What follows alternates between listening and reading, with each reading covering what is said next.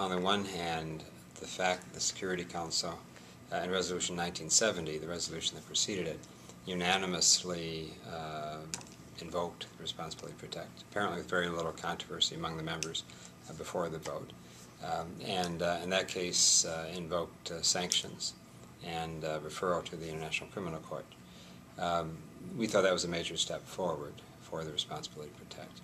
The second resolution in 1973 has been more controversial because it had a clause about using all necessary measures to protect the civilian population.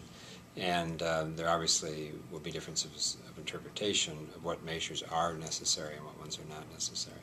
So there have been some concerns about this that some of the member states have expressed. There were several states, obviously, that abstained on this particular resolution. No negative votes, but significant with 5 abstentions on it. So it's not quite as a resounding endorsement of RtoP in a sense. But I think what we ought to recognize is that there's a difference between the principle of the responsibility to protect and particular decisions about how to implement it.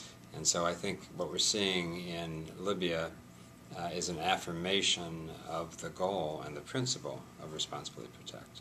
And I think there's virtually no debate in the international community about that.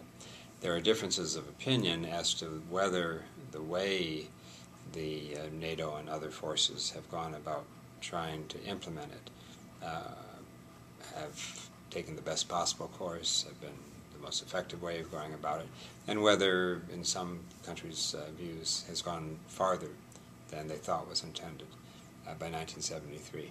I think it's important to remember that whenever the Council, and it does it very rarely, adopts a phrase like all necessary means or all necessary measures, that's open-ended. And there was very vivid discussion, as I understand it, in the Security Council consultations about what all necessary measures might mean, particularly because it was tied in also with the no-fly zone.